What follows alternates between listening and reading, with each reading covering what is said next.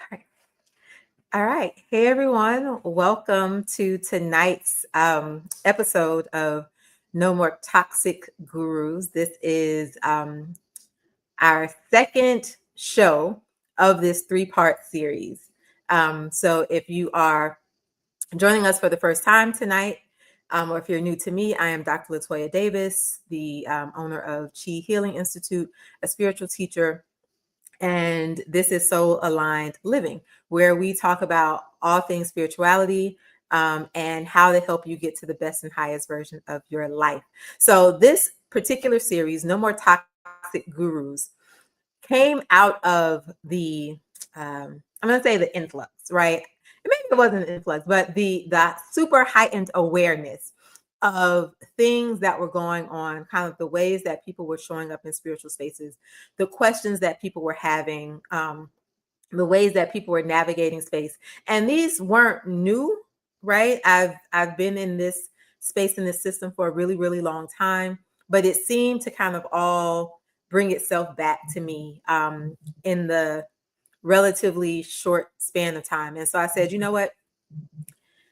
If these things are popping up like this in these small ways, that means that there is a larger platform. And as I said last week or in Wednesday's show, I recognize that if I am not contributing to the solution by using the platform that I have to have honest conversations, then I am in fact a part of the problem. So never wanting to be a part of the problem, here we are. I have three amazing guests tonight. I am going to bring them up one at a time and let them tell you a little bit about themselves. And then we will dive into tonight's topic, right? So this particular panel is what I'm calling like new spirituality, like leaders of new school. These are the people I don't know, I'm at a loss for words, but we'll learn about them when I bring them up. So first up is Asha Halsey. If you were here on Wednesday, you all met her mother, Nana Abana. She was here on Wednesday, and so her daughter is here tonight in her own prolific and dynamic way, right? The work that she does and the things that she's bringing together. She's her own person and she's carved her own lane. And more importantly, she is a young person who is navigating tradition while also trying to merge and expand spirituality in a space that makes sense for the times that we live in. So, welcome, Asha. Go ahead and tell us a little bit about yourself. So, greetings, everyone. My name is Asha Halsey. I'm from Brooklyn, New York. Woo woo.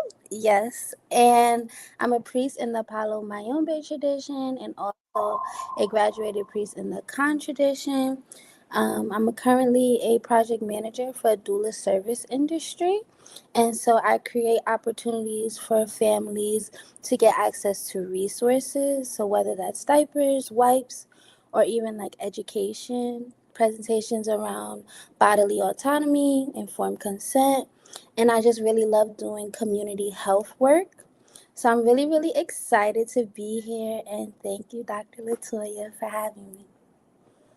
You are very welcome. All right. What's interesting, and I'm not going to, but when you just talked about body autonomy and consent, like those sparked a whole other thing in my head, right, as it relates to spirituality and just kind of how those things inform the work that you do. So put that like in your cap in case I don't remember to bring it back. You can circle me back to it. All right.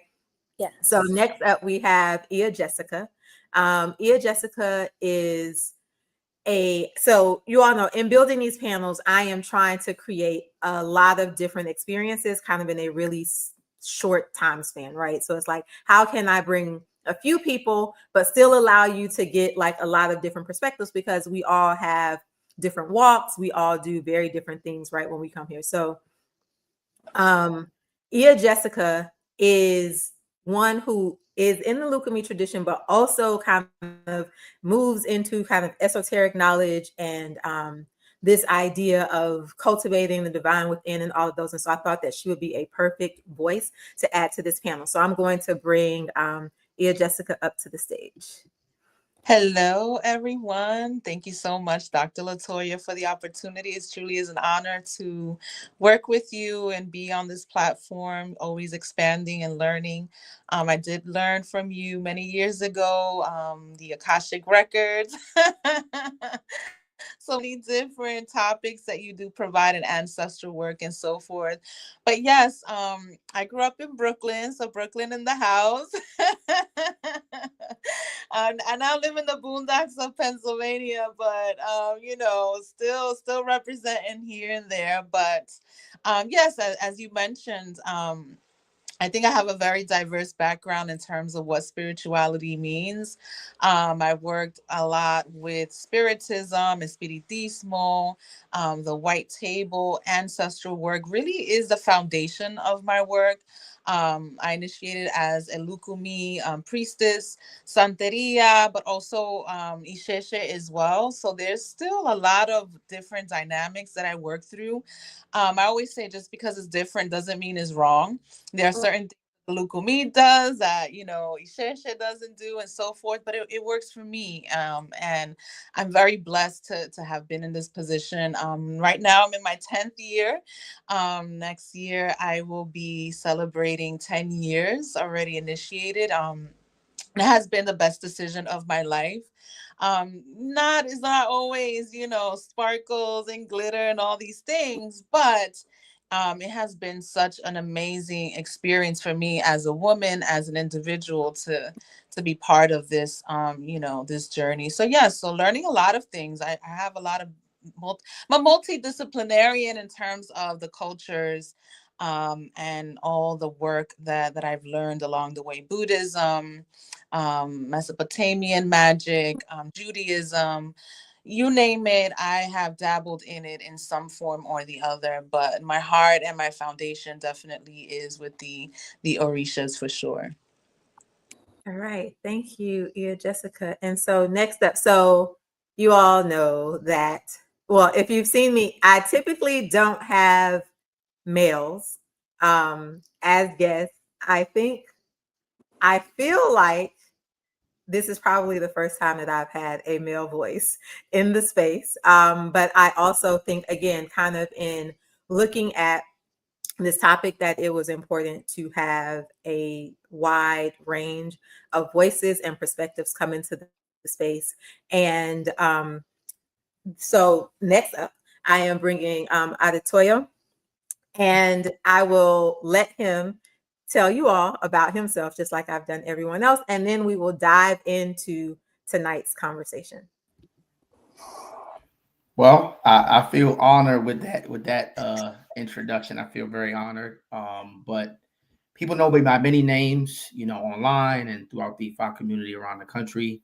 Some people, I'm online. I'm known as Orire, but Adetayo Efumbukola Ifa Korede. I am an Ifa priest, up and coming Babalao.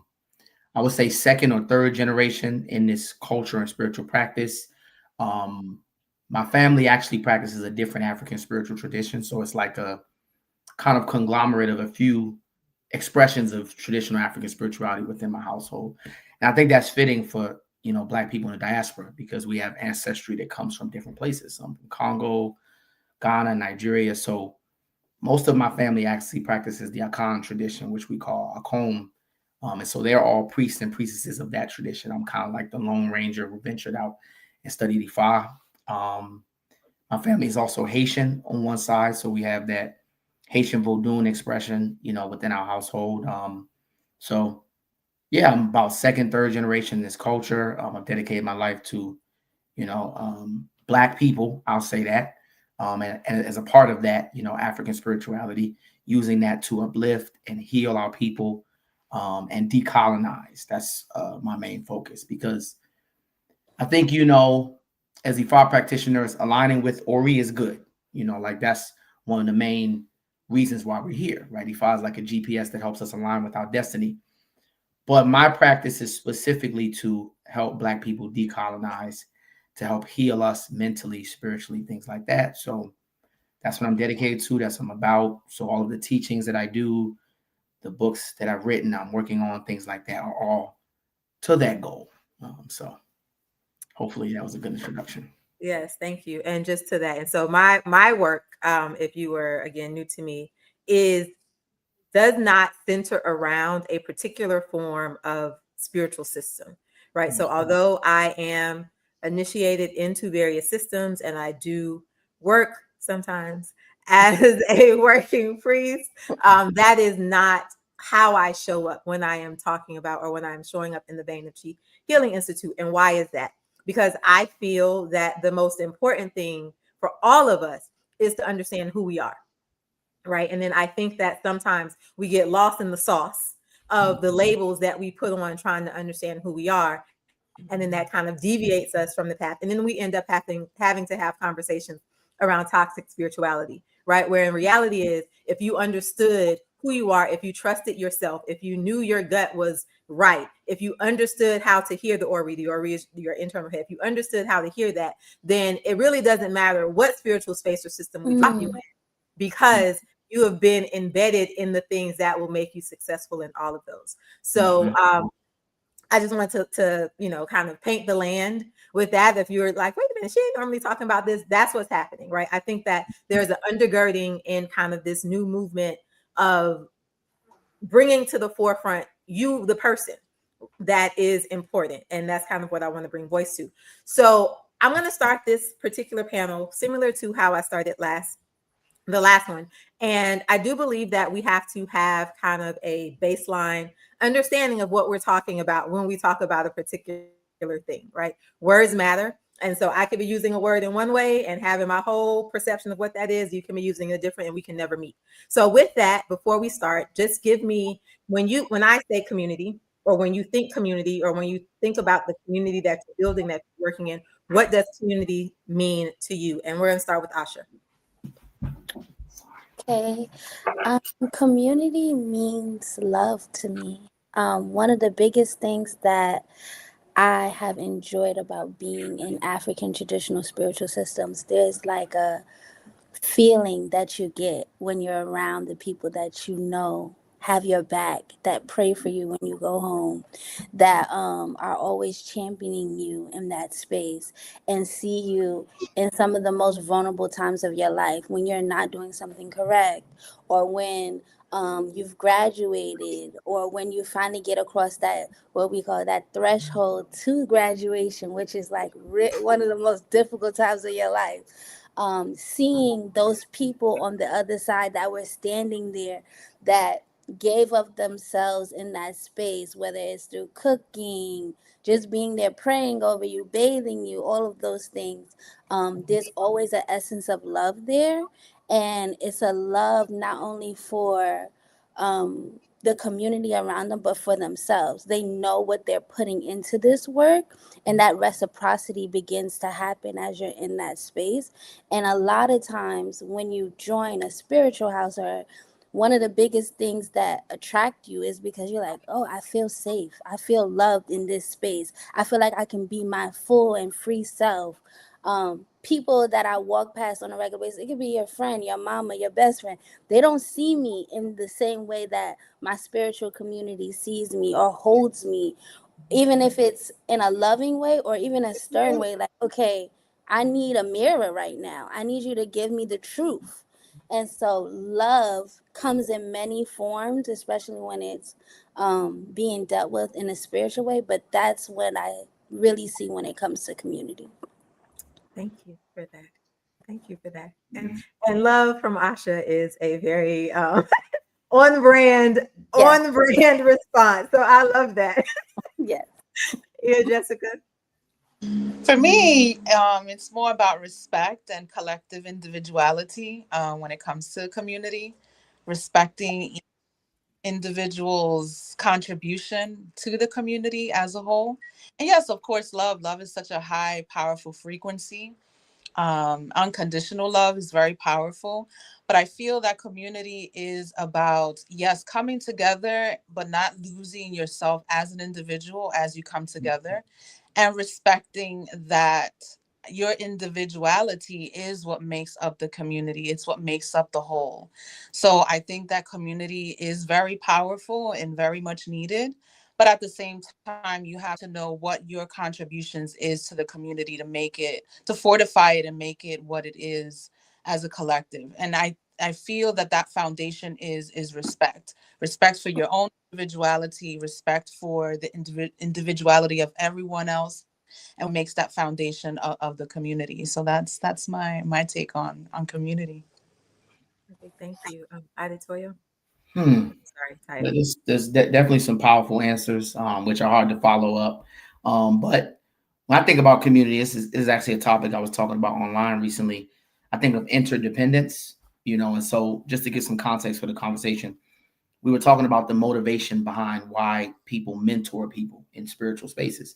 And we were talking about how it's not necessarily money, right? And I was saying, if you really look at how things occur in Nigeria, right? Like the motivation is this, it's to the culture and it's this kind of interconnected web. So like, for example, I may send my son or my daughter to go train with someone.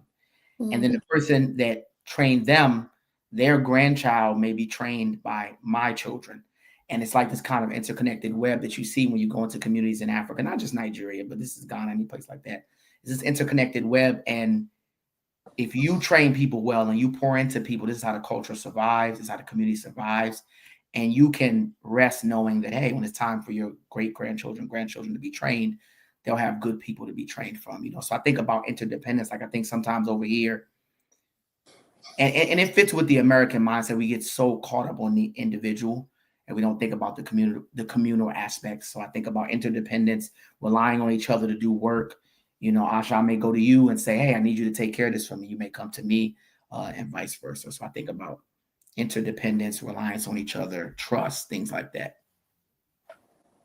So those were three very different and the same answers, right? They had the same flavor, but definitely different. I'm gonna say we were on the same road and then we diverged, right? But I'm sure they all come back to the same point, which though, I think a lot for me, this idea of I want to jump into this individualism and interconnectedness idea, right? Because I think that actually might be a bit of the friction that is being experienced in some of these spaces. Last week I talked about part of the challenges that people come with ego, right? There's ego that's happening on both sides. There's ego that's happening on the side of the leader. There's ego that's happening on the side of the person coming to receive services. And that creates a whole thing. But there's also this idea of me, and me, right? And how does the me fit into the larger context? Well, it doesn't, because I'm me and I should be I should be first, right? But this idea of being interconnected and understanding that when we come together in community, sometimes I like to do this thing like step forward, step back, right? So sometimes you have to step forward to take up space. Sometimes you need to step back to let other people take up space. So with that kind of as a framework, what has been your experience as it relates to as it relates to the dynamic of people holding on to the notion, particularly because we're here in the US, right? So holding on to the notion of individualism while trying to layer that into a system that has been built on interconnectedness. And anyone can take that. It's powerful, powerful questions. I mean, I see it in so many ways. Like I just think, and I want to contextualize it with just giving some Yoruba proverbs, some words from Ifa. Like there's a proverb, I don't want to say it wrong in Yoruba, but it says, I'll say it in English, but it basically says a knife is never so sharp that it can carve its own handle. I think about in Uturupan Meji, where Ifa says, Uju se meji aworan, when the eyes are two, they see better than one. It says se meji arina, when the legs are two, they walk better than one. Bebe di ba se meji ajokulodi, and when the butt cheeks are two, they sit better on the mat. And it goes on to list all of these kind of proverbial, metaphors for how, two people coming together are better than one. And I can go on and list many proverbs. So I think it's in our ancestral wisdom. And I think sometimes when we come to Africa and we come to these African traditions, we sometimes have difficulty with Yeah, I would say the idea of like, so I'll give you an example. So we talk about Ori a lot, right? And I think that's great, right? The idea that we each chose a destiny and things like that. But there's many ways that I observe in Nigeria in which, like, something as simple as, yes, I have my own personal Orisha that I may be a child of, right? But then also there are people who come up in a family that's an Orisha is prominent in that family, and they have to work with that Orisha as well. Your town, like if you go to Oshogbo, like Oshun is very, very prominent. You know what I'm saying? So you'll see that people pay homage to Oshun. People have their own roles and responsibilities and things like that.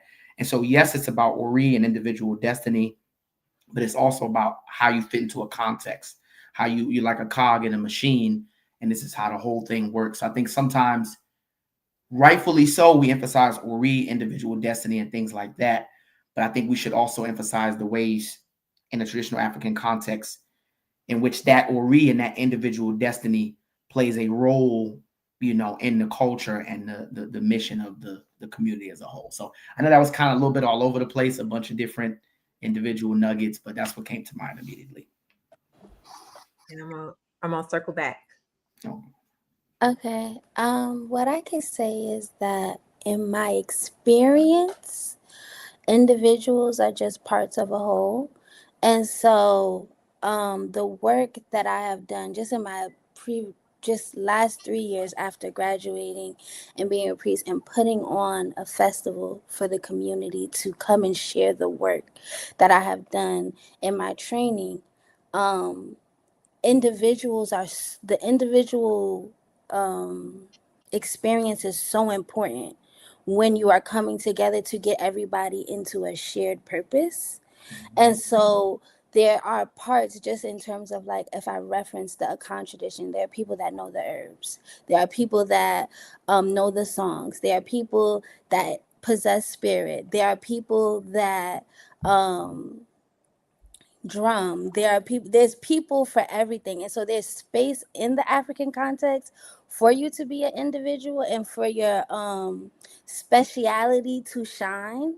And then there's also space for you to learn something new. So I think in that, whether it's through your naming ceremony and you're hearing about your destiny, or your connection to your spirit will be individual. It may possess you. We could be possessing the same spirit, and it comes on us totally different based on our individual spirits that is there. And that relationship that you begin to curate over time is definitely individual. But even as Baba just said, water is water. So your experience, those characteristics, the spirits don't change. Humans do. And so there is a interconnectedness and a web even within the spirits of how they group up, how the families are created, how people reserve time to be with them. And so I think that there's already a balance. I think the imbalance becomes when we start talking about white supremacy, when we start talking about removing ourselves from patriarchism and all of these isms, and trying to label things that doesn't even context in the English language, and then trying to make them American because they're not American. And so as you see over time, people begin to creolize systems to fit where they are. Then you'll hear songs about what happened during that time, where the Akans of America are doing X, Y, and Z, or the Orisha people of America are doing, and those things will be passed along. But if you don't have, like, the fundamentals, the 1 + 1 = 2, it's very difficult to say, okay, right now I'm being an individual and I don't even know anything.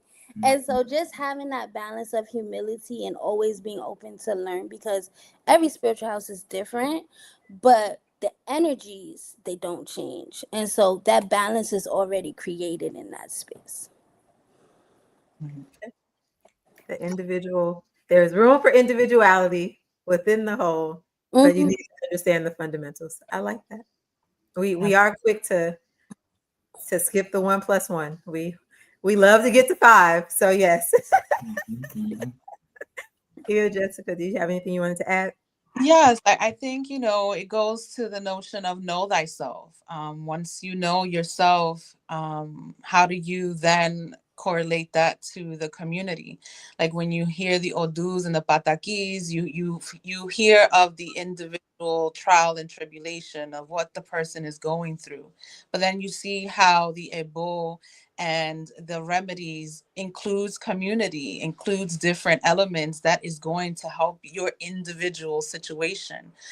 So yes, individuality is important, but community is even more important because you have, the Eshu element coming in to help you. You have the Obatala element coming to help you. So you have the many different spectrums. And depending on, which extreme of the spectrum you're at, you have to understand it's all one spectrum and it's all about finding that balance.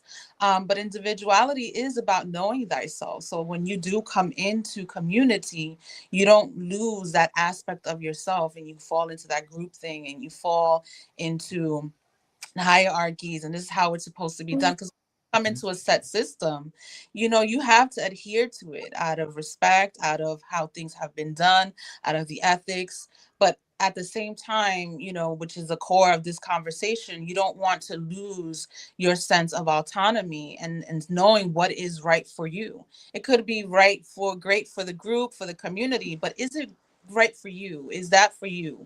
Do you know that for yourself? Do you want to follow the leader? Do you want to follow the group just because you're part of the group and compromise your individuality? Knowing what is for you, I think, becomes a problem. But community definitely is needed, especially in these times where you can learn from others. You have to be teachable. You have to be open to be able to be taught by the experiences of others.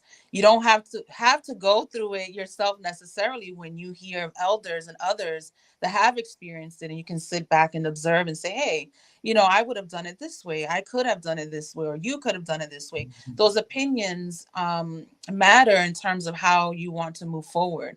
But when it comes to, the community and individualism, it's a tipping balance, because the lines becomes blurred when you're caught up in the group and in the community aspect, where again you lose that essence of self and knowing yourself and who you truly are, and where you don't question yourself and have that sense of self without you compromising it because this person may know more than you. Yeah, you have elders that, as they always say, never outshine the master. And that comes into play as well. But there could be things that you can teach your elders as well, but are they also open to that aspect? So there's many different perspectives, but I feel that again it's always a tipping balance when it comes with individuality and community.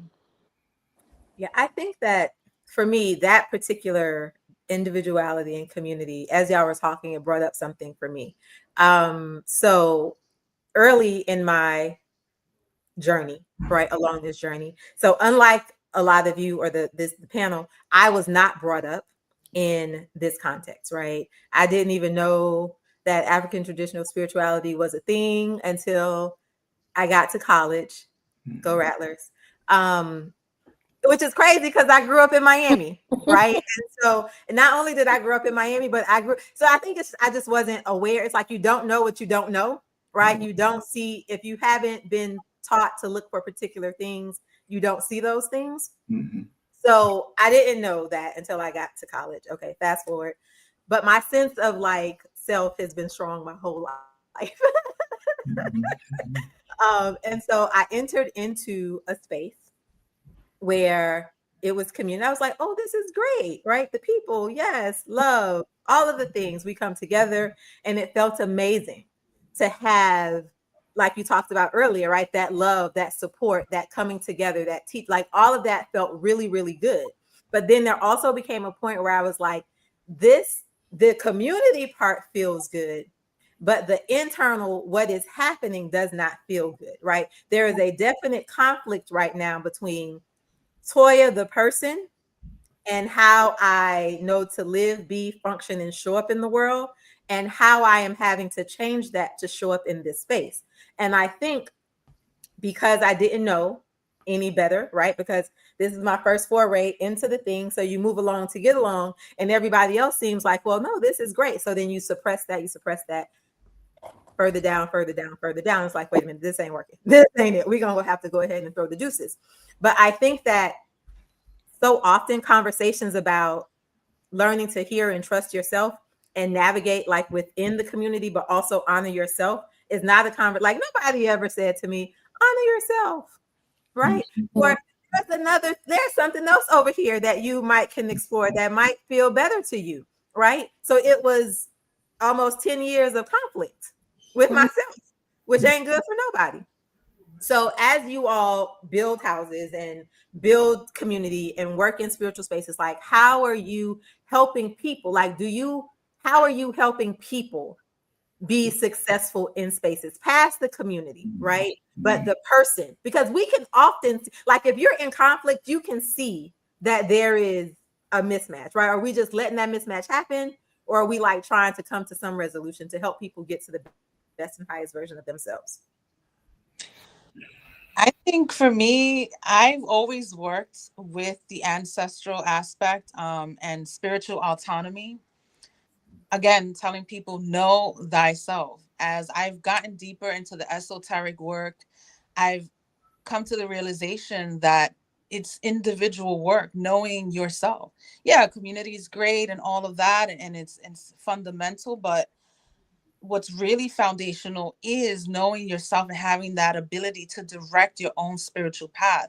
I always say that if you want to hide something from someone, put it in them, because that'll be the last place that they'll look. you Wow. know put something in someone, they're not going to look in there. They're always going to look for a book, a class, a course, a teacher, a guru, but they're never going to sit and look in themselves and say, this is who I am. This is my inner sovereignty. I have the confidence that you don't have to rely on external authorities, teachers, and traditions to understand your value, that inner compass that you have within yourself. So that inner sovereignty, that autonomy of self, is trusting your intuition. You know, when we see a lot of the text, it was, again, know thyself, not know thy community, not know thy economic plan. All these things that we see, everything is so transactional. Even the Egyptians, they were a death culture. It was how to die and not to come back. They would take pots, pans, servants, all the things with them, scrolls with them, so they don't have to come back here for anything or anyone. Again, the balance of the feather and the heart with Ma'at, is what's in your heart. What are you taking with you when we're no longer here? These devices, none of this is going to go with us other than the experiences and the legacy that we leave behind in other people. So again, your inner guidance, that sacred source of yourself, finding within, learning, to filter what resonates with you from spirit. And even if it does come from a respected source, yes, you respect it, but do you question it? Do you have that ability to, say, I don't think this is right for me. I don't feel that this is right for me, but why? Where does that lack of trust within self comes from? Accountability as well. A lot of people don't take responsibility. A lot of people jump from class to class to class because they want to be in so much structured environments, but real life is the gray area. You're not told when to do, how to do it, no deadlines. When you're sitting with yourself, you're in the gray area of life. It's not that you're dictated, this is how it's done, and ritual and done, and this time of the moon. And it's when you are in the gray area of life where nothing is dictating but you yourself, and having that trust within yourself, and just having that freedom with your own integrity, being able to explore, to question, to evolve your beliefs without that fear. Because a lot of people come into spirituality with the Christian and Catholic and religious motif. But when you look at the etymology of the word religion, it comes from religio. Religio means linking back to self. So all of this is all coming back to self, knowing yourself, knowing who you are, so that way when you do come into the embodiment of a priestess or whatever spiritual title you want to give yourself, that you are not just meshed into what is being told. Yes, you're going to respect, the ethics of what you're going into, but always having that sense of self, because at the end of the day, all you have is yourself. And when we leave this realm, none of this stuff that we take, we're going to take with us. Even our own crowning as Orishas, I've heard of many Babalaos talk about, there are certain ceremonies that, the crowning that doesn't go with you, that sort of still stays here. So that concept of you are the oldest, your soul is the oldest thing in this entire being and planet is really true. We have the Orishas to guide us, because you see their experiences. They have experienced betrayal, jealousy, envy, all these things that they come about is still a human experience. And then they give us the remedy to be able to rectify that, and eventually have that good character, Iwapele, that we all work and strive towards. So I think that's how what I feel in terms of that question. Before either of you, if you have something to tag on, I want to add this part to that, because I agree, and that knowing of self is wonderful. 18, 19, 20, 21, 22, 23, right? How are we navigate? How are, so to you, to the other two, how are we helping to navigate those people, right? Kind of into this space. At almost 50, I can say yes, know thyself, and be very, very adamant in that, right? I've had the experience that has taught me what is the opposite of when I don't trust that and follow that. But when I started at 19, I don't even know how old it was, 20, right? When I started, I didn't have that idea. I didn't have that framing. So again, I'm showing up into space like this is the best thing since sliced bread, because it felt good, right? On one hand, and then there was this other thing, and looking to the people who are the lead, like, okay, I'm following, because like you just mentioned, yeah, Jessica, I definitely came out of a system that had a very clear hierarchy, right? That had a very clear, the leader is the leader, you do what they say type of thing, right? And so that creates a certain thing. And most of the people that you all are working with are also coming from that type of system and that mindset and that frame point, right? So how are we helping to navigate that? If I could go, is that okay? So to preface this response, I am a third generation in Right. terms of traditional spirituality. So, in the fact of that is not my experience, one, I'm just going to be 100% honest. I grew up, I went to rites of passage. I've been around spirituality African traditional spirituality since I was a baby. Um, I came from a space of my family choosing this way of living as a form of liberation. And so coming from those backgrounds is a very different experience until you go to college. And when you go to college, especially if you ever been to HBCU, then you experience different Black people, because outside of that, you are around people that are being raised like you. And so you never notice that, oh, people don't do these things on Sundays. They're not pouring libation. They're not people not getting possessed. Your mom doesn't possess. Or you don't have three grandmas. I feel bad for you. You don't have three grandmas. How you only have one? That doesn't even make any sense. Right.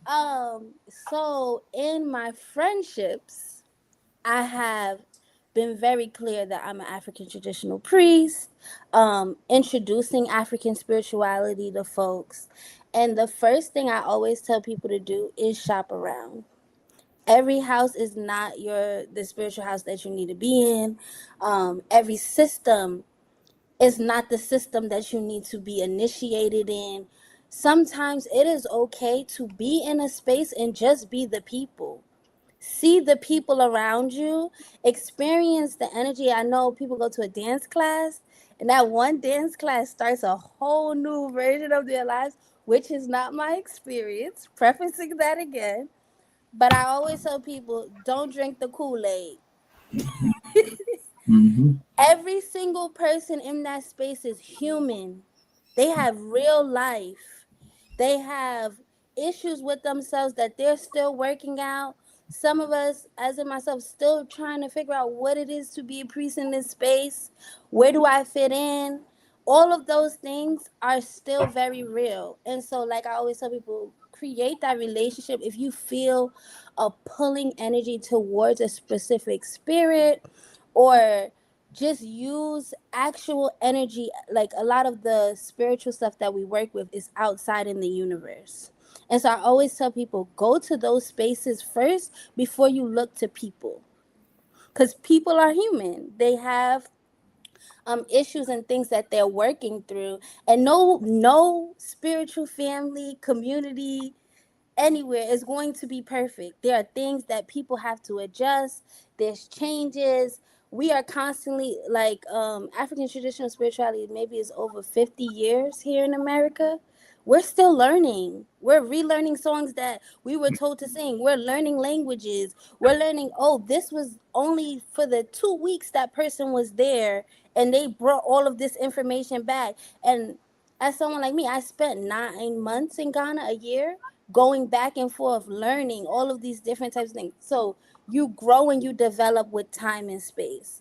Then I also tell people, when you're looking for somebody to learn under, what is your learning style? Are you a visual learner? Are you a let's do it together learner? Are you a let's read, let's learn in this like philosophical way? But I always preface that with African spirituality, you have to put your hands in it, you have to experience it, you have to be there, you have to be present. In learning these things, many things will attract you. You're 19, water in this space, you may get possessed with that energy, then you go to that space, it's the same water with a different name. But then you start to realize that you have this affinity and you have this power. So as you are uplifting your ancestors, as you're learning to connect with spirit and with yourself, you start to really define who you are in this space. As you're learning over time, there are laws, rules, teachings, words of wisdom, proverbs, all of these things that you start to intake as you are learning about whatever system that you are part of. And then from there, you actually have to be what you're living when you're in that space. It's not like church. You don't just go on Sunday and put on your cute dress and all of these different things. You have to live it outside. So I always tell people, don't have two different personalities. Don't come in the community and you Nana so and so, and then I see you in the club and you Cheyenne. I don't know, but all of those things, each part is a different version of you. So that self development is so important as you are learning who you are in this space. You won't get everything overnight. You won't be the biggest Nana and have 20 people under you. That is not the goal. The goal is for you to be in peace with yourself first, knowing yourself. And then if you decide to relate with one of these spirits or create that relationship, figuring out where inside of you that spirit lives. How does it work with you? What do you see when you're experiencing it? How do you constantly interact it or feed it or pour into it? How do you walk and continue to be that envisioned body of it as you're walking around in that space? As you can see, what I do in spiritual work is the same thing I do in work, but different ways, giving people the opportunity to have education, advocate for themselves, and then be their full self in whatever that they're doing. Same thing when you come to the spiritual space. You come in, you're trying to figure out who you are. Okay, well, let's work with your ancestors first, as Iya said. Then you're going from that step. Okay, now there are these spirits. Of course, they're magnetizing. Of course, they're doing all those things. But the only important part of initiation is that there's this level of death, that older version of you, and that clearing for you to figure out really who you are. Some people get initiated and they're like, my life went to complete craziness. Well, that was there before you got initiated. Or you're like, okay, I could finally see, I can finally hear, I can find, like, tapping into those senses.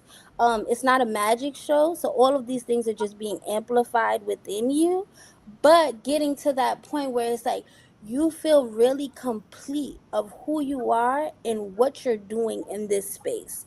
You don't have to put on a version of yourself to be a part of this community. I hope that's helpful.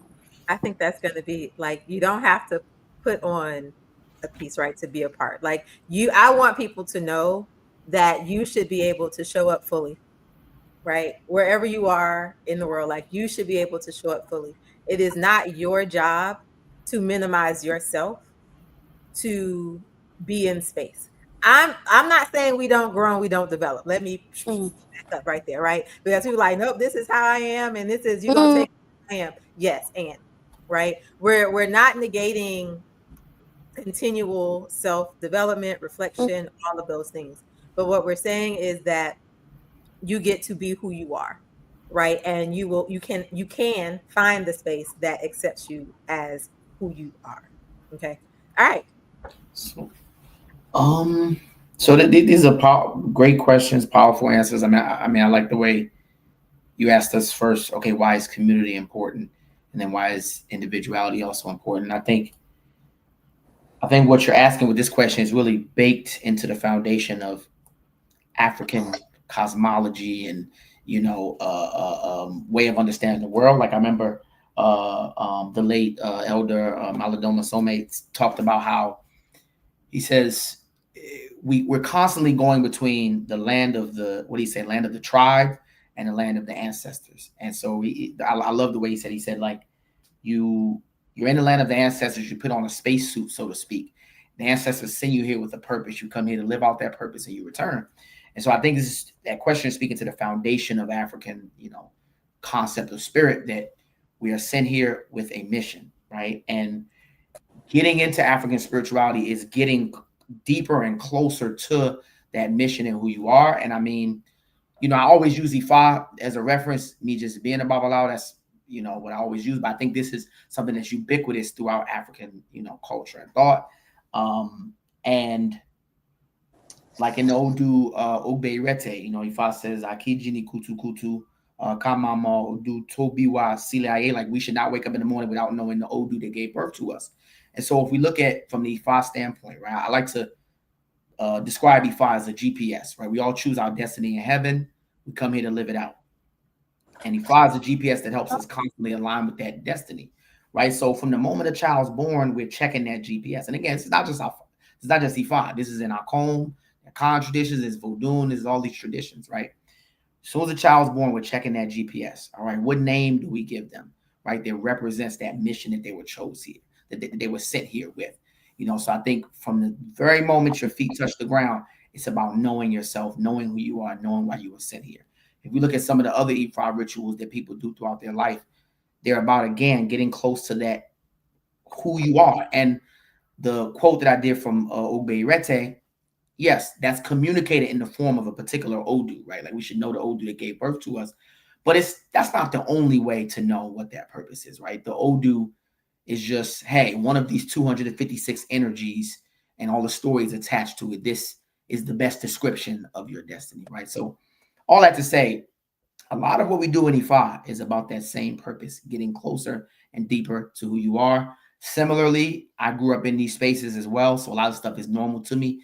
But many of my godchildren, students, and things like that are people who, are coming to this for the first time.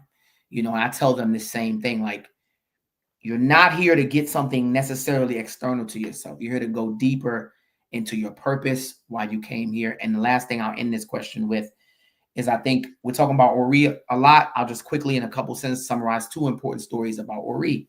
One story we know talks about how Ori is the primary deity that represents your destiny.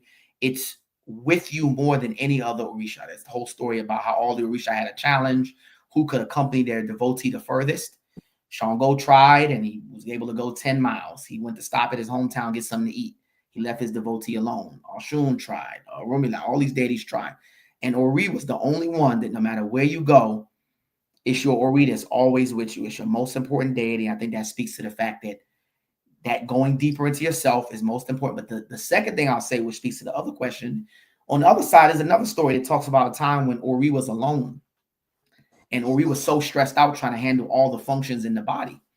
And it wasn't until Ori went to Ifa, and it wasn't until the heart came along and the mind came along and the legs and the this that Ori got a break. So with both of those stories, we understand, okay, yes, your destiny, who you are, going deep into yourself, that's supreme. We also understand that Ori alone, cannot function by itself. It needs community. It needs other organs and things to rely on. So I'll leave it with that. And this is actually a great gateway. I'm going to make a sharp pivot. Be with me. So actually, no, I'm going to do this one first. So you have a book, the African American Griot, Proverbs and Hip Hop and R&B. And I think just even as you've kind of demonstrated, right, you use the Odu, you use Proverbs to really help elucidate and tell stories and connect. My question is, one, you can tell us a little bit about that project, but then also, do you get kind of pushback, or what has been the response from some of the older community, the elders, as you, because this is pretty much making things more accessible, right? So what has been the response from that? And then you can tell us about the project as well. Oh yeah, I definitely get some pushback.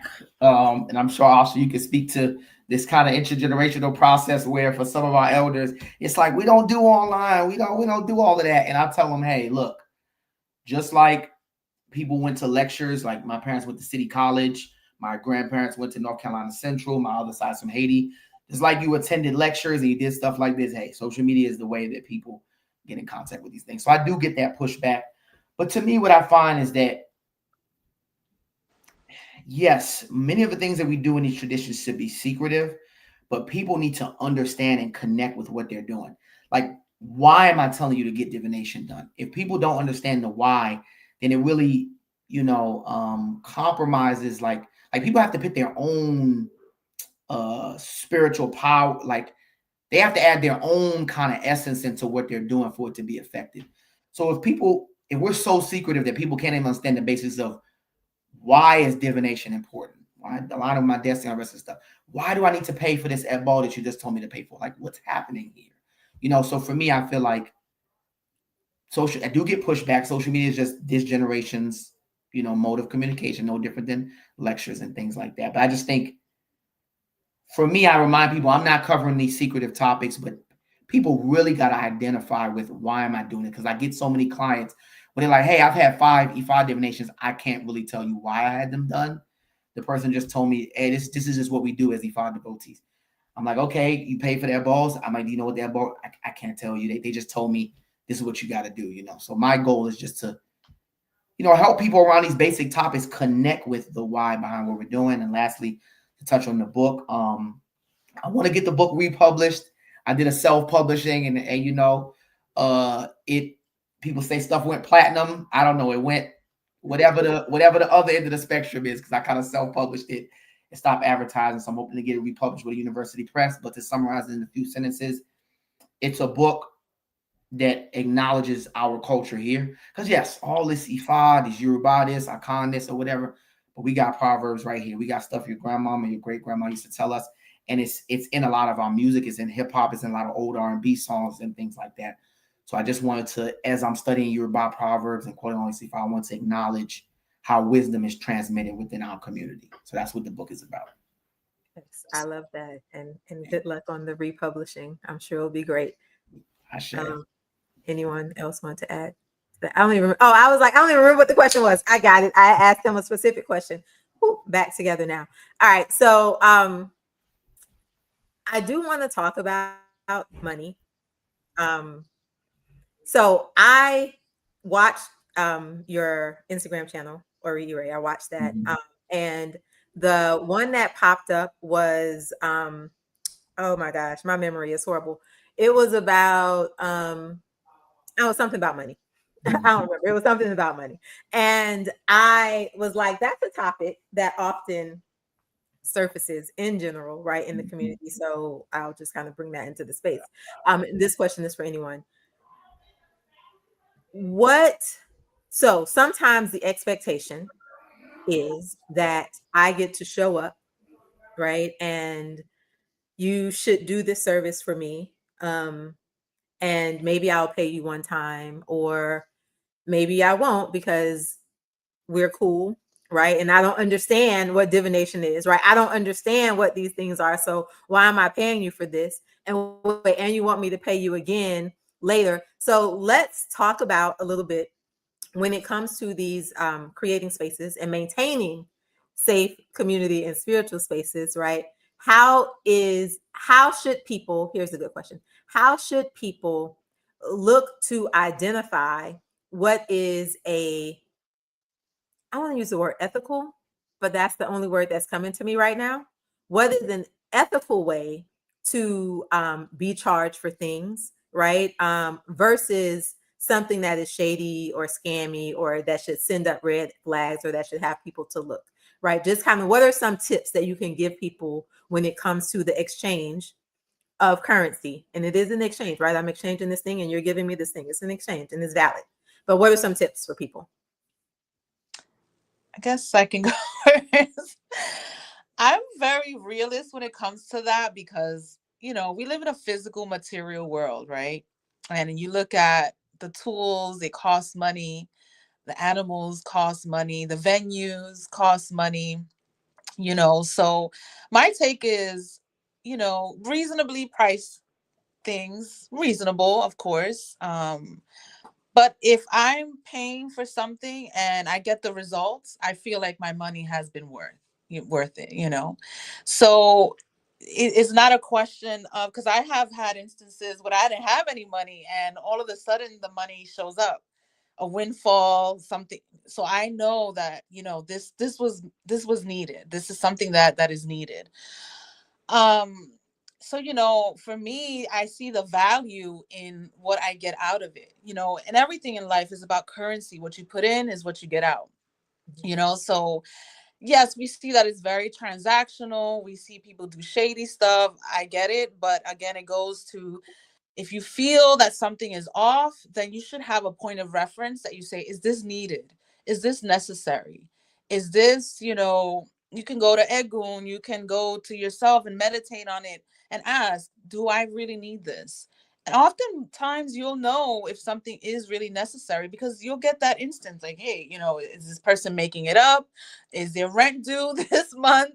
And they're just making it up, or it's so many factors involved that, again, you have to know yourself, your situation at hand. So when you open yourself to go into get a reading, you have to expect that there's going to be an ebo, a remedy. As you go to the doctor and they tell you this needs to be done, you need to have major surgery or whatever the case may be, is your medical insurance in place? So there's so many different factors. As a priestess, I know that I have yearly ebos that I have to do. So throughout the year, I save the money and make sure that I have, the funds available for when the time comes. Then there are times, that there are one-off ibos that just come out of left field. But then I say, okay, what is your cost? What is the value of the Baba who's doing it for me, the priest that is working that for me? I look at, the reality of animals, the cost of animals and inflation and all these things that come into play. But you also have to be able to see the patterns of who you're working with. So again, it goes back. Is there rent due and they're just making this up or causing issues or whatever the case may be? So it's just a lot of factors that you have to consider when you open yourself to negotiations, because money is currency. It comes, it flows, it ebbs and flows. It's never constant in terms of, a fixed amount or a fixed time. You're going to have highs and lows. But again, for me, it's the value. And I've always seen the value. And I've had instances in which I was, overcharged, or, I would see that the person giving me the reading or the ebo recommendation was in a desperate. So you see those things, you see the desperation, you see, and you're like, nah, let me go get a second opinion with someone else, whether it is with my own egun or is it with another baba that I trust and I can get a second opinion on and see, what is the best remedy. But I think people just always, oh my God, all this money and all that. People have their cost to things. People have to pay for things, and these rituals don't come cheap. You know, it costs money, and the person who is your elder who's reading you have other costs as well. In addition to their physical survival, they have other obligations as well, yearly or whatever it may be, that, you know, it did your contribution is also providing the continuation of this whole process. But yeah, there are those that do take advantage, but again, it's up to you to be able to have that proper discernment and say, is this proper, is this right, and to be able to talk it out and bring it to the surface. Or if not, just don't deal with the person and move on, where, you know, you'll be able to get a value what it is that you are paying for. So that's my take on it, in And I terms of. just want to highlight this before, if the other two want to say something, that Jessica said, get a second opinion. It is okay to get a second opinion. Absolutely. Like, if the person that did the work, if they're offended that you need to go and get a second opinion, there might not be the person, right? And you could be needing to get a second opinion for a lot of different reasons, right? I literally just had this conversation with a client the other day. As diviners, we're receiving information through a particular lens, right? The way that my particular ethos says that you are a divine being capable of amazing and great things. And my goal every single time is to get you to the best and highest version of that. That's my ethos. So every time I am receiving information of the ways that it's coming, it is going to always be filtered through that when I am giving you an answer, right? But if my ethos was, um, people need to come and be reliant, and they need to come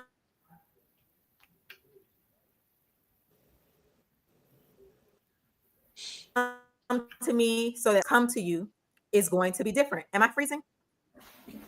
A Okay. little, Are we? but you're Yes. Okay. The way that my answer is going to, I'm frozen still? no, you're good.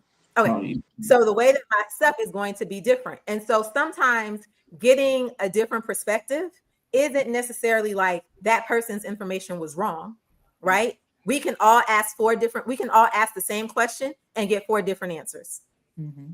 right?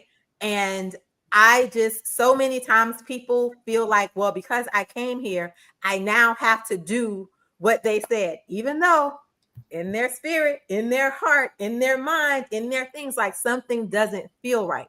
So, in case you needed it, I'm not saying you did, but in case you needed it, I am giving you 100% permission to get a second opinion. Anybody else? I can go. yeah, Um, I'll let you go first. Yeah. oh, thank you. What I would say is first, you don't let anyone just read you.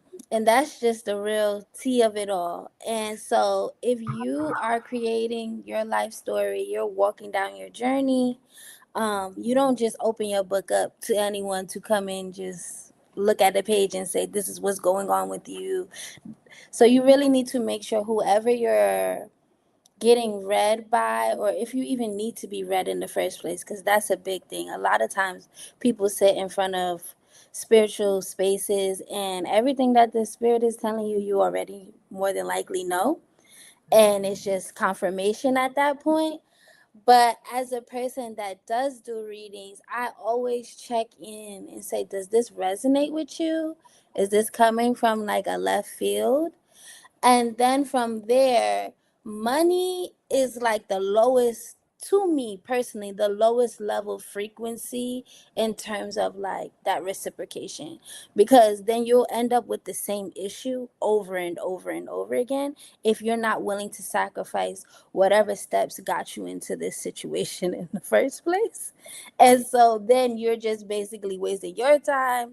You got these spirits running around trying to help you, you're not trying to help yourself, and it just becomes redundant and a little bit ridiculous.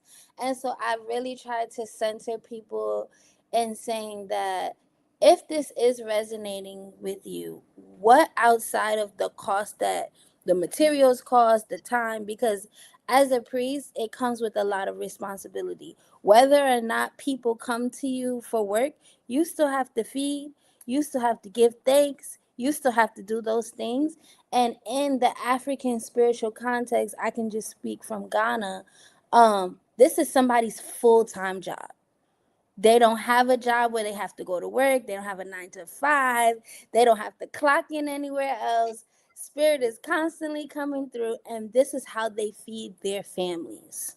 The whole idea of the community takes care of the priest takes care of the community. The priests were one of the first doctors inside of a community, and so that is not the context that we are in here in America. So, prefacing with that, pricing will be different depending on the work that you are receiving.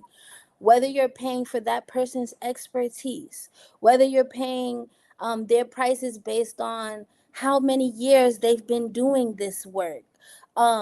If they had to go across the continent to receive certain medicines or those types of things.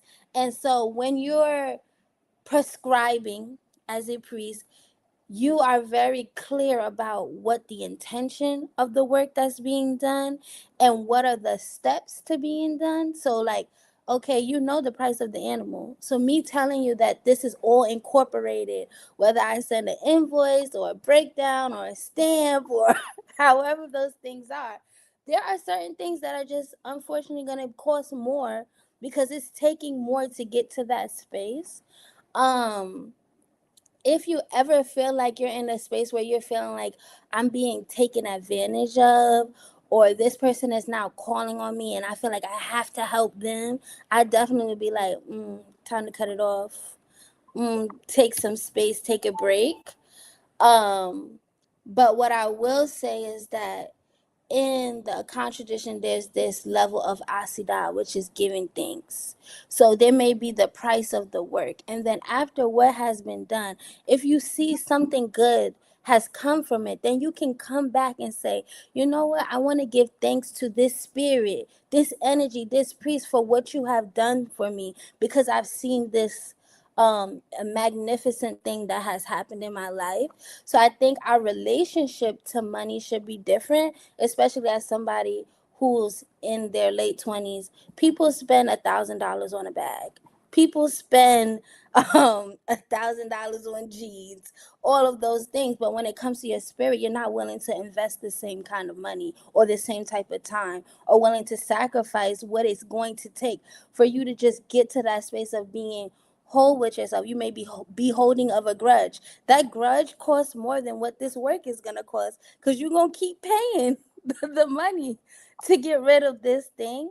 And so I really want us to think in a way of like, what was the purpose in me coming here today, and making sure that that intention is being clear before you sit down in front of any space. Because a lot of things we can say, okay, we know that we're supposed to be doing these things, but if you're not an active participant in the work, you're not going to see or yield the results, or somebody's going to constantly have to bypass your spirit and what you're doing. And of course, that's going to cost more money, because now I'm doing more work when you asking me to come and help you.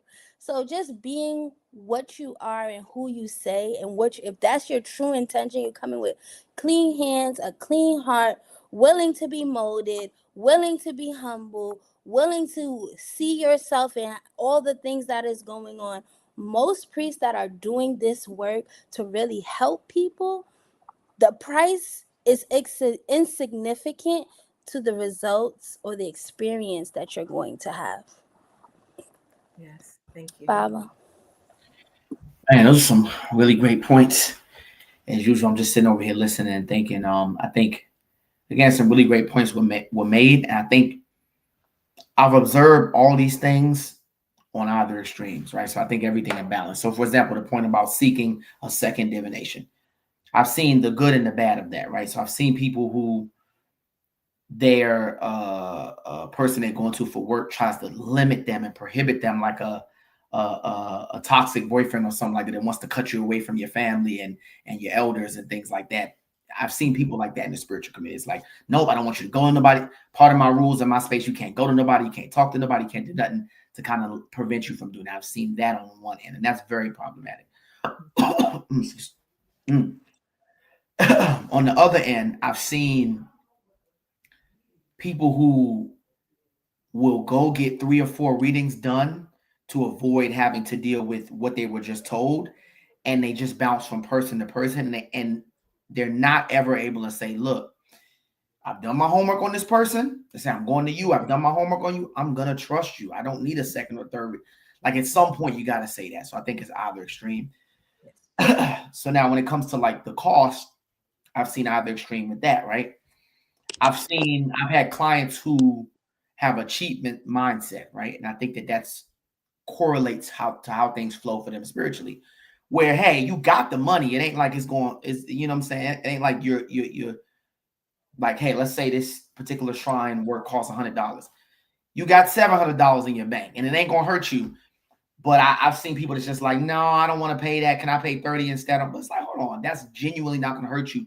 You want to be cheap, but then you want the Abosum, the Orisha, the Lua, whoever to bless you. That's an issue. But then also on the other side, I've seen people who are really breaking people's pockets and getting people's lights cut off for Ebo. And I think that's an issue too. So I think there is a middle ground with this, you know, like for me personally, because my practice is about uplifting Black people. It bothers me that sometimes this tradition is not accessible to most Black people. Mm-hmm. If you are not middle class and most people can't afford to do Ifa divination at the schedule it should be done, you know, because it's almost like an extra rent or extra bill a month, you know, so that bothers me sometimes. And how to fix that, I have not quite come up with the answer. You know, I'm giving those two extremes to watch out for. I have not quite come up with the answer, but I'll say this.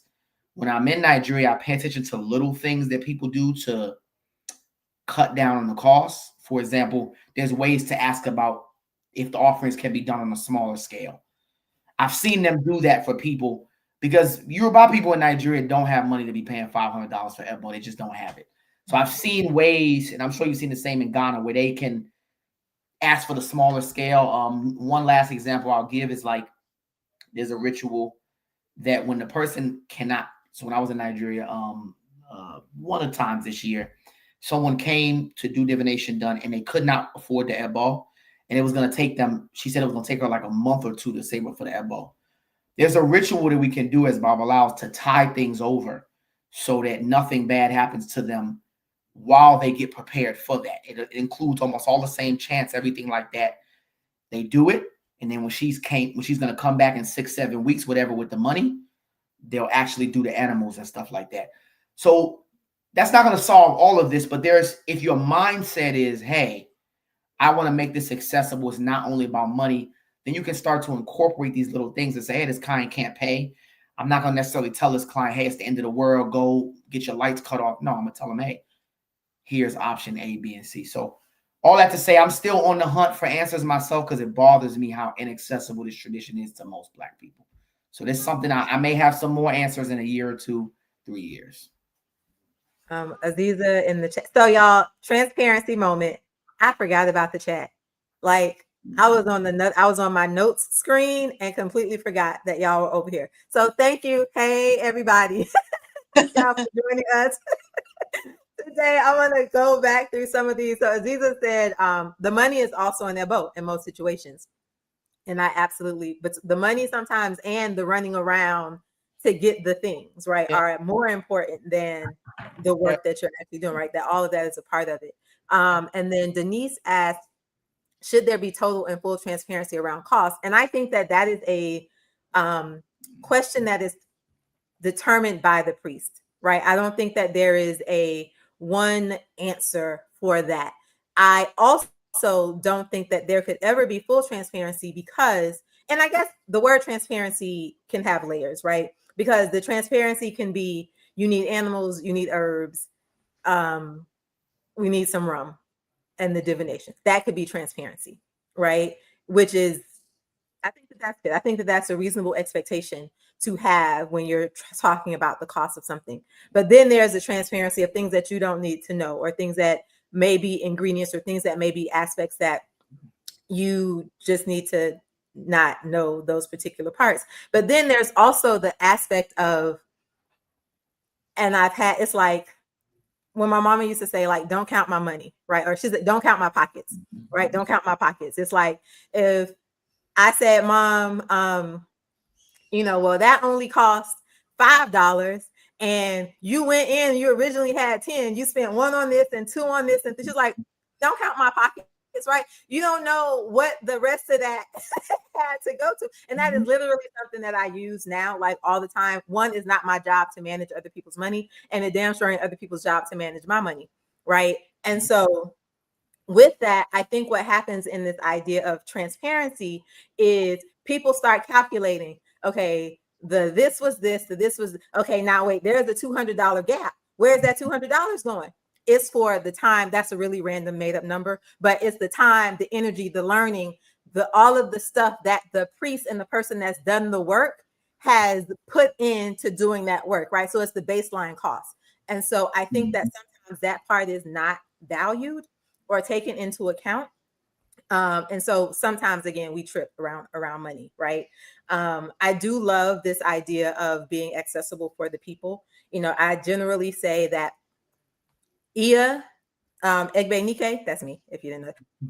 Ia Egbenike and Dr. Latoya Davis are not the same person when it comes to how I put my services out into the world, right?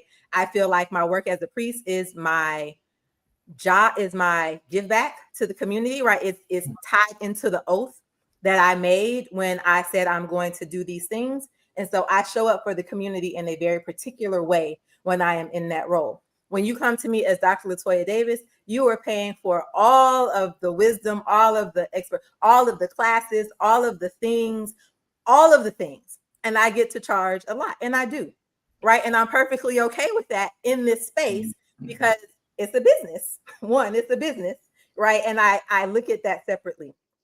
And then even in that, there is room for me to have flexibility because it's my business. And if I feel like you are someone who's done the work, who is coming with a genuine heart, who my spirit has said, you know what, they not out here on some fugazi, they are really about it and they just can't afford it, then again, there's the latitude to lean into that. And I think a lot of priests operate from that mentality.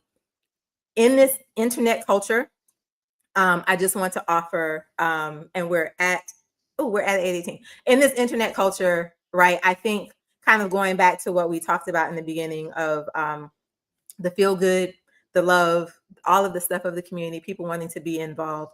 And these, I'm going to call them internet predators, right? The internet predators that show up, which ends up being how people get taken advantage of. There we go. And it's just not a good look. But for the sake of time, there was another question here I wanted to get to.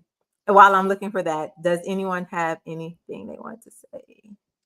I think in terms of keeping yourself open to predators, it just boils down to self accountability. Again, I've worked with people that they don't have the dedication to simply add a cup of water and a candle to the ancestors, which is very simple, an offering that you can just make. I do what's called a 9-day elevation in the spiritism to elevate the the spirits and the ancestral trauma and things of that nature.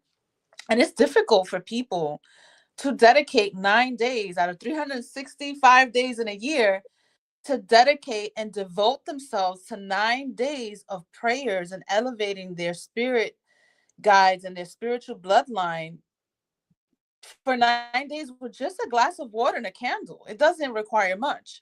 And I only charge $9 if people want to do it in community. And I also have a guide that they can do it for $9 if they want to do it on their own. And when it comes in community, a lot of people, oh, well, I have a baby shower on Saturday. Can I still do it? I'm like, no, you have to dedicate 9 days consecutively to devote yourself to elevating your bloodline. Whatever you want to do before or after, that's on you.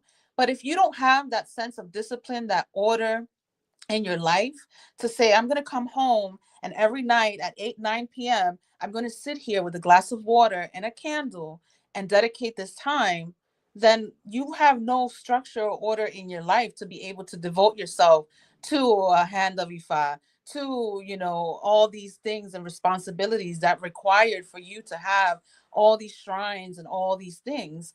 So I think it's also not just on the priest or, the Baba who's doing the readings, is also on the person, on you yourself, to be accountable and responsible.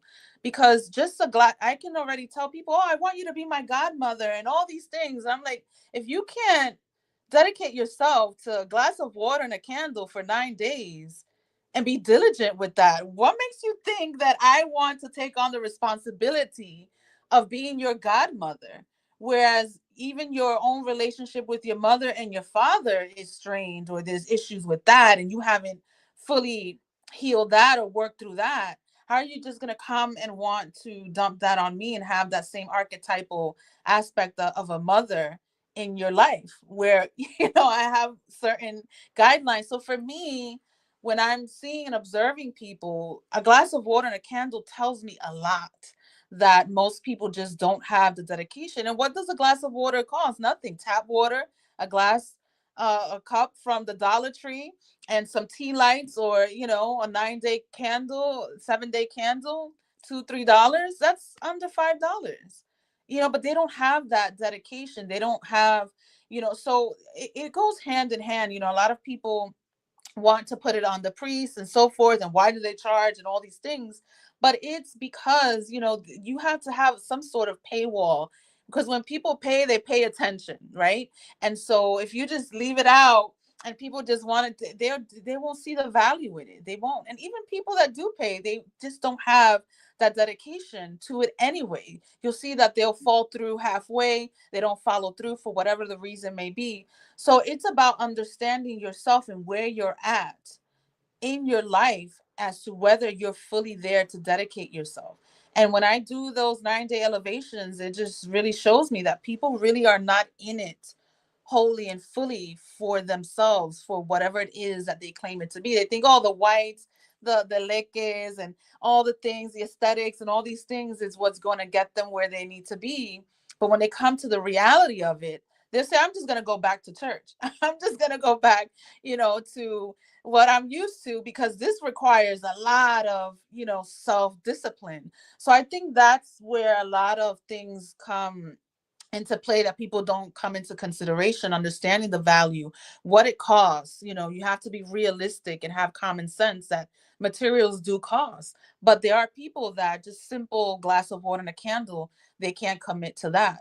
So I think that's something that's very important, is discerning not only the priests that you're working with, but also discerning your clients, those that are going to be working with you or under you, in that sense. So I think that's a very important piece to bring about, that people don't have that self accountability when it comes to this spiritual work, whatever tradition it is that you want to get into.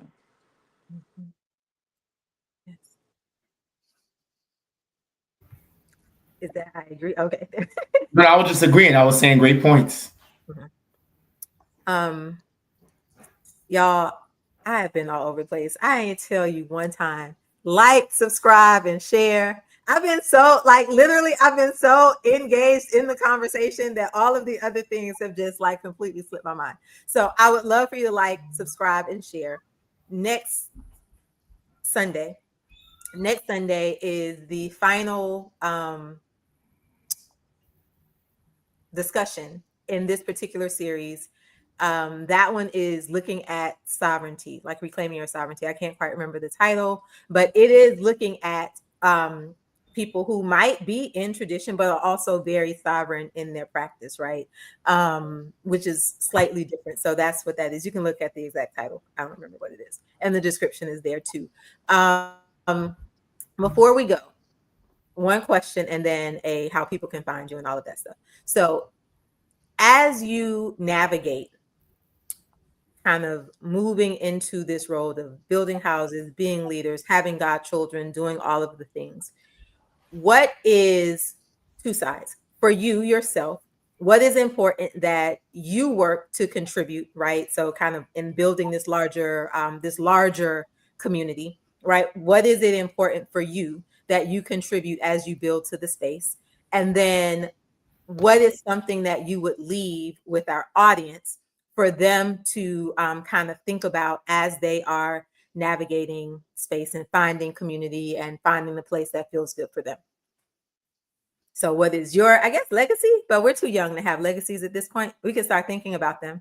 We're building them and shaping them. So what does that look like, right? And then what can other people kind of look for when they move into spaces?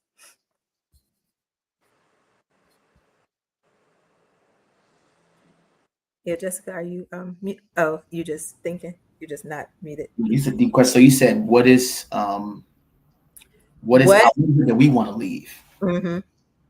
And then what should people start thinking about as they're coming? What advice do you want to leave them? Yes. Mm-hmm. Okay.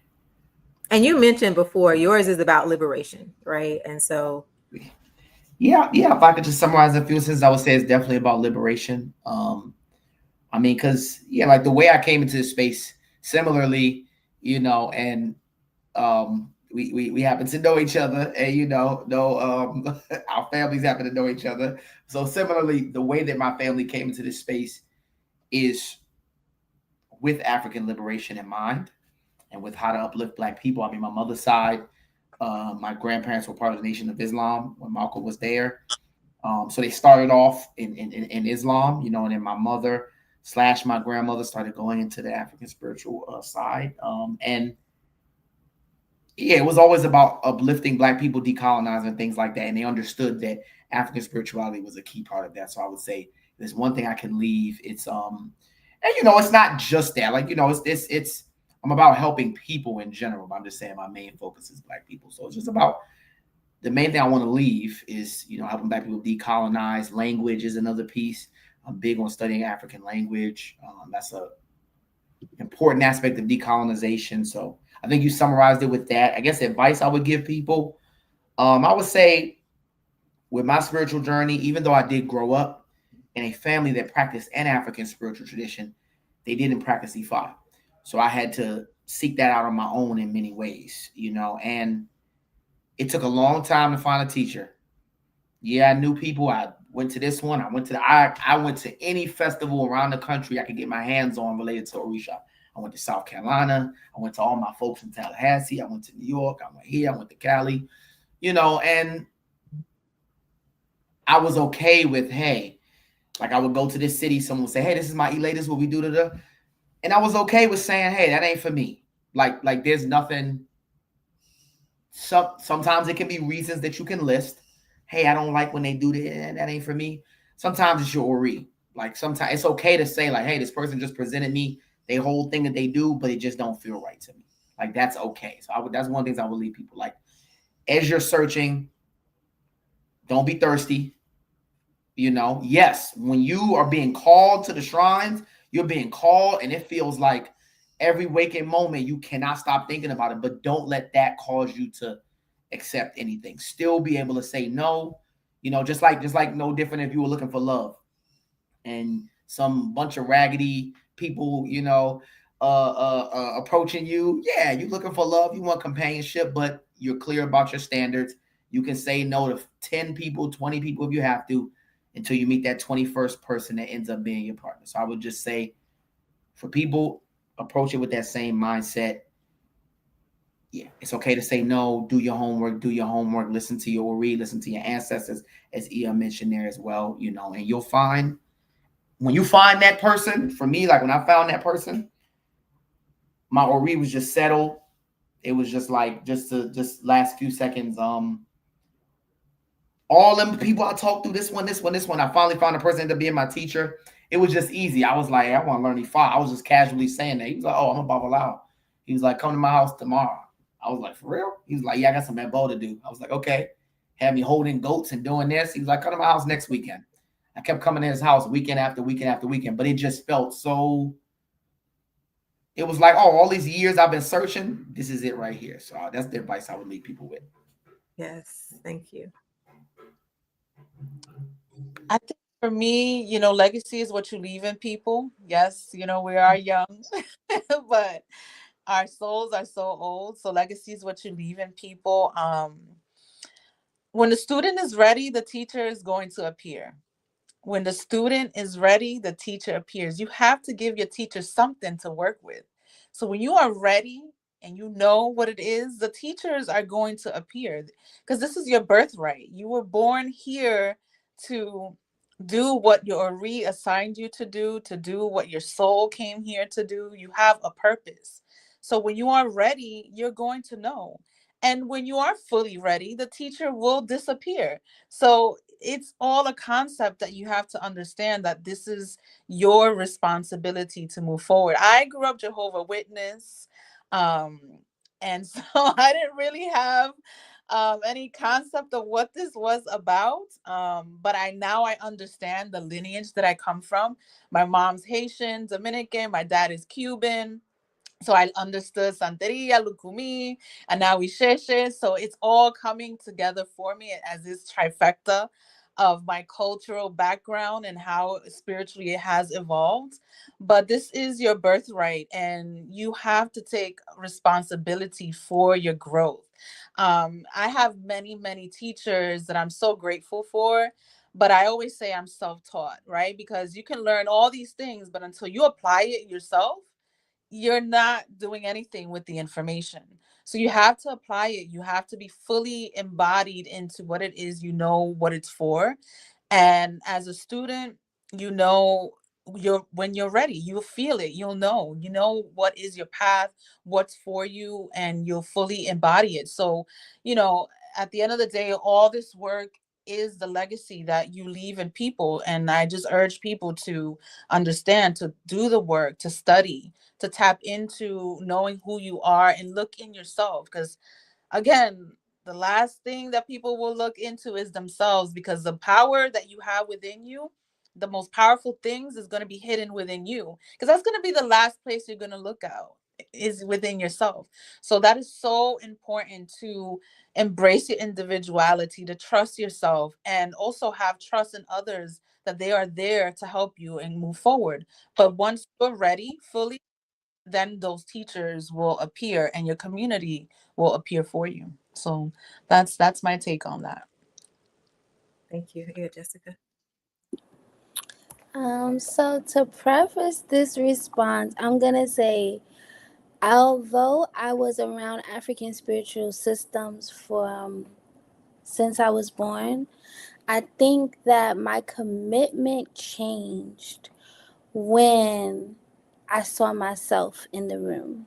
And so when I speak of those experiences, I my first initiation was to save my life. And so a lot of people, when you have these experiences or you're talking about your way of getting into this work, I grew up with sickle cell. Well, I was born with sickle cell. And there's a level of different relationship you end up having with spirit when your life is on the line. And you're like, I don't know how many more days I have. I don't know what tomorrow is going to look like for me. I know that I keep waking up in pain, and I know that this is not supposed to be my experience. And there has to be something else for me when I wake up tomorrow. And I found relief. I found health. I found wisdom. I found family. I found holistic wellness in that, me practicing these different spiritual systems that I didn't find in the hospital, that I didn't find when I went to my doctor, that I didn't find even around people that were diagnosed with the same disease as me. Um, the legacy that I'm trying to build, I would say that one, that you're being seen even when you don't think you're being seen. That there's nothing new under the sun when it comes to these spirits, the water, the air, the earth. So any problem that you come to them with, there's more than definitely a solution is whether which way we're going to apply it. That everybody's spiritual journey is individual, and so there'll be people that you meet on your path that awaken something else inside of you that either pushes you forward or begins to make you question on certain things. The relationship, like I've said in the past, is that the relationship with the spirit is more than what your teacher or whoever you think is taking you on this journey. They see something in you when you gave them the opportunity to open up your book and read what is for you. They submitted as their oath to help and support you get to a certain space. And so there'll be times where you may have to leave people behind. There'll be times where you may need a new teacher. There'll be times where you think this person is your teacher and then everybody else around them ends up being your teacher. There'll be times where there's children, and this is my own experience, who were my biggest teachers when I was in Africa, learning the words, learning the living, carrying buckets of water on my head. That lived experience is what helped to teach me. And my teacher at the time facilitated this simulation for me to see myself in, be real with that mirror and be like, oh my God, I want to go home. Or, oh my God, this is really hard. Or, oh my God, I am hungry. Or, oh my God, like you start to face just the natural things of going through that experience, and trusting yourself while you're doing it is one of the biggest things that I can give to anybody. When things get scary, many of these experiences, you're blindfolded, and you have to have some level of faith, and you have to have some level of I don't know where this is going to take me next, but I'm willing to do what it takes to let go of whatever's behind me to be able to move forward.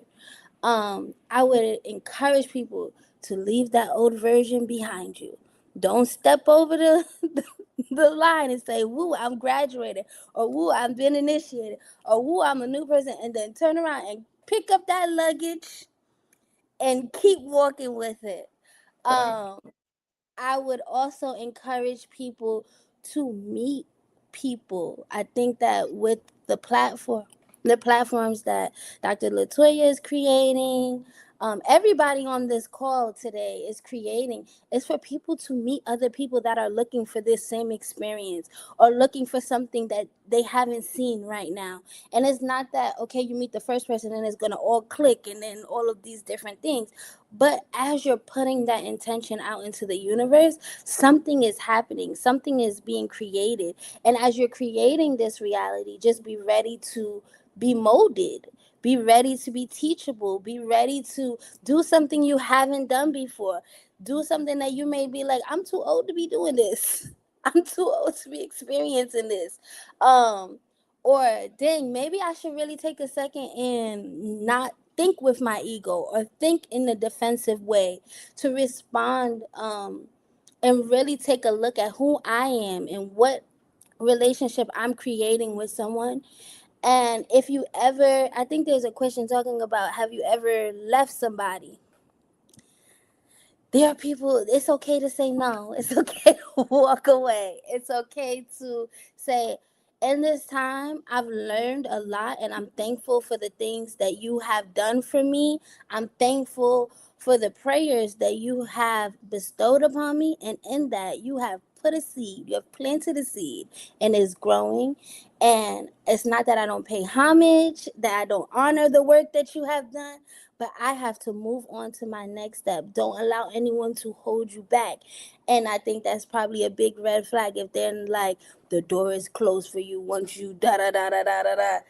These fear tactics. But in spaces that truly wants you to be your best you, they're like, go and come back and tell us what's going on. Go. We're so excited to see the next version of you. Go and know that we're championing you on the other side. My prayers for you aren't going to change because I know what I have done. I've known the watering and the experience that you're going to get once you get to that next place. So, yeah, that's what I would say. Thank you, Asha. So I hope that everyone has been able to take what you needed from this conversation. We all come to these things in different places, right? Needing different information. I always said intentions. My intention is always that the words that are spoken hits each and every person in the way that they need to receive it, so that they're able to then apply it. And again, we could all hear the same thing, but we all need to hear it differently. So my hope is that everyone that has joined us tonight and that is watching us later has been able to be moved in some way or another, right? I hope that you are not leaving here the same way that you came. And that is what I want to put out into the world, right? My hope and my goal is that as people come into contact, people come into my community, people come into the work that I do, that they are always striving to be a better version of themselves. That is rooted and anchored in who they are versus in what everybody else tells them that they need to be. So if you all can just let people know where they can find you. I have it in the chat. I mean, in the description, but reading, we don't always do it. So if you just let everybody know where they can find you, if you have anything special that you want to let people know about, this is the time to do that. Well, thank you, Dr. Latoya, for the opportunity to be here. Definitely a wonderful space and a very important conversation to be had. And I just love how you spread it out. You can find me at Alma Abeja Wellness on Instagram, abejawellness.com. And yeah, I'm just always out and about talking and sharing how I can be contacted. But I apologize for the background noise. There's a drum thing going on. This is the culture downstairs. They're playing batas. So you can find me at Orire on Instagram. ORIIRE. My website is also I am Orire. It's down right now, so I'm gonna get it back up. But Orire on Instagram. ORIIRE.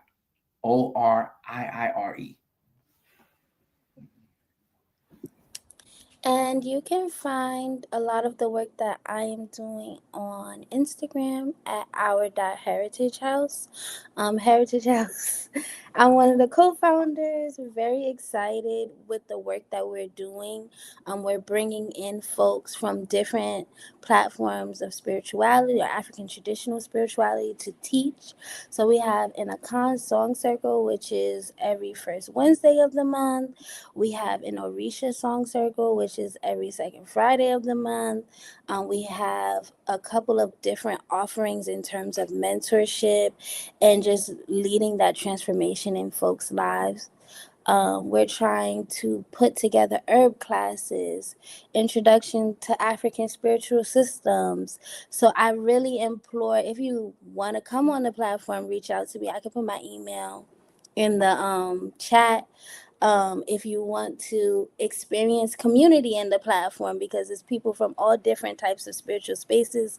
It's almost like Facebook or Instagram. You can see people that are in your area that are interested in the same work that you're doing. Or things that you want to learn. So you meet people in a workshop and then you're like, okay, well, let's meet in person. Let's go to this event. And if you are having events that are open to the public, you can let me know. And I do put classes and events from other organizations or priests in the space for people to be able to find those too. I think that in this space, a lot of times is that you just don't know and you don't have access. And so this is a safer way, other than Google and all of these other things, to be able to find community and kind of shop around, as I said earlier, but in the most safe way, where you may like, oh, I didn't know anyone there, but I saw this online and I just decided to show up. And we know that that community will welcome you with open arms. Yes.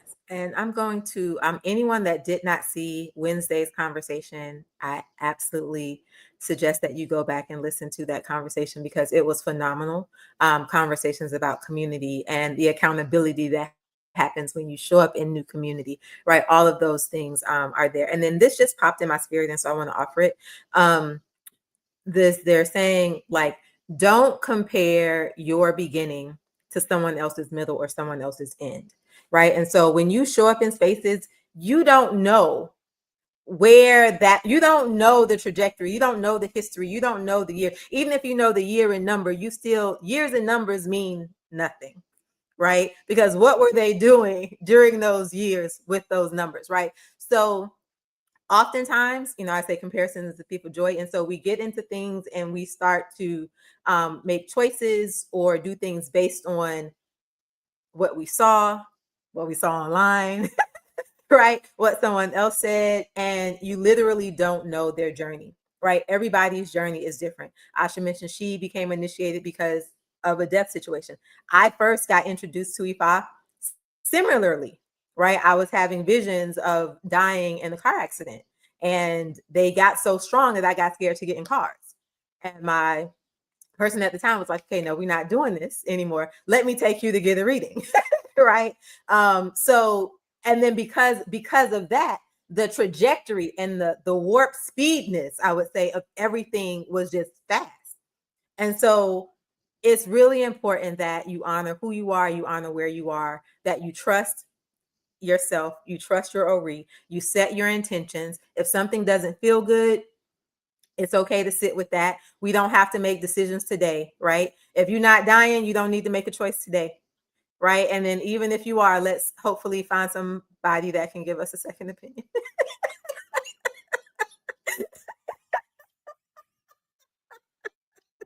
But with that said, y'all, hopefully I will see y'all on Sunday. Until then, remember, you deserve to live a life that lights you up from the inside out. Peace. Asha. All right, suck at this part.